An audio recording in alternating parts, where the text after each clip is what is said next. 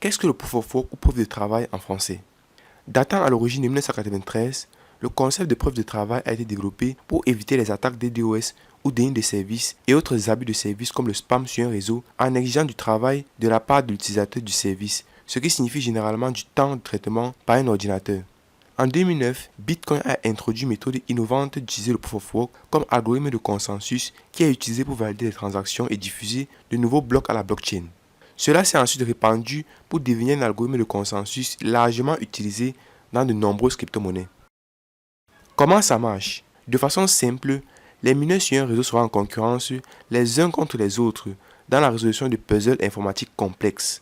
Ces puzzles sont difficiles à résoudre, mais leur solution est facile à vérifier.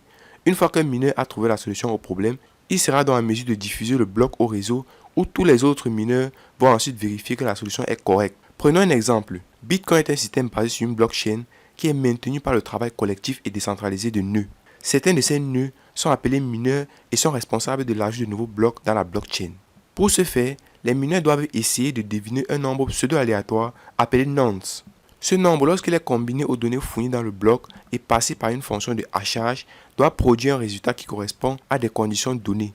Par exemple, un hachage commençant par 4 0. Quand un résultat correspondant est trouvé, les autres nœuds vérifieront la validité du résultat sortant et le nœud mineur sera récompensé par la récompense de bloc. Par conséquent, il est impossible d'ajouter un nouveau bloc dans la chaîne principale sans avoir d'abord découvert un nonce valide qui génère à son tour la solution d'un bloc spécifique appelé hash de bloc. Chaque bloc validé contient un hash de bloc qui représente le travail effectué par le mineur. C'est pourquoi on l'appelle preuve de travail ou proof of work. Proof of work aide à protéger le réseau contre de nombreuses attaques différentes. Une attaque réussie nécessiterait beaucoup de puissance de calcul et beaucoup de temps à faire les calculs et donc ça ne serait pas rentable puisque les coûts supportés seraient plus importants que les récompenses potentielles pour attaquer le réseau.